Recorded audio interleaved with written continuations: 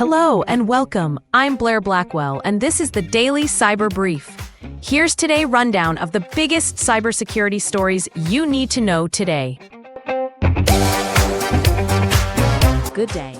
This is the Daily Cyber Brief for February 2nd. Here are the key cyber risks shaping today's session. 2 software supply chain compromises delivering malware, expanding SaaS credential theft via social engineering, and renewed pressure on cloud databases and critical infrastructure. We start with Update Channel Trust. Researchers report the update infrastructure for eScan antivirus was compromised, with malicious updates pushed through legitimate servers to both enterprise and consumer systems. The operation delivered a persistent downloader and multi-stage malware, turning a safety mechanism into an infection vector.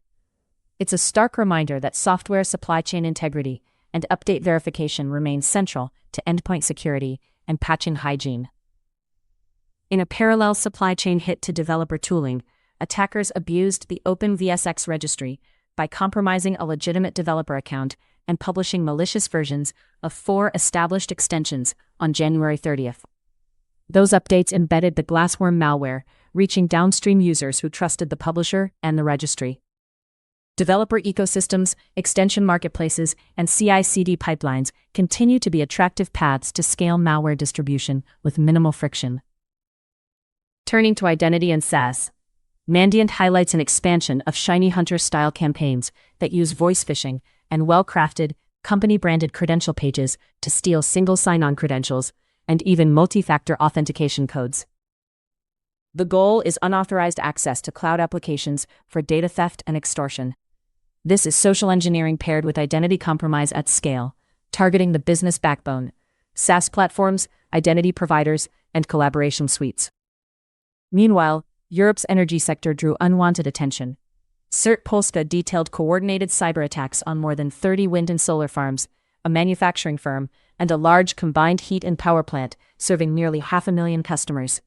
The activity occurred in late December and has been attributed by the national team, underscoring how operational technology and critical infrastructure remain in scope for multi-target campaigns. On the data front, exposed MongoDB instances are again being swept up in automated extortion, with actors wiping data and demanding relatively small ransoms for so-called restoration.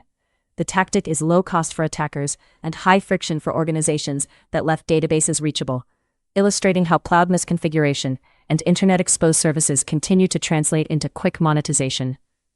On the privacy side, Apple is adding a control that limits the precision of location data shared with cellular networks on some iPhone and iPad models. It's a notable shift toward minimizing location tracking at the infrastructure layer, aligning mobile privacy settings with enterprise mobility and compliance expectations. Looking ahead, watch for advisories and integrity updates from affected software and extension maintainers, continued credential harvesting lures tied to voice phishing, and ongoing opportunistic scanning for exposed databases. Active exploitation and social engineering are both in motion. What to watch for today: identity providers and single sign-on platforms facing phishing-enabled takeover attempts, developer registries and browser IDE extensions as supply chain targets, software update servers and content delivery paths, cloud-hosted databases that may be exposed, and energy sector operators mindful of multi-entity targeting. The takeaway: trust abuse in software supply chains and human-focused identity attacks are driving today's risk.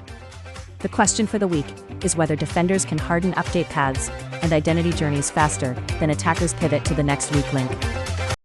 That's it for today's edition of the Daily Cyber Brief. Thanks for listening. I'm Blair Blackwell. This podcast is for informational purposes only and is not cybersecurity, legal, or financial advice.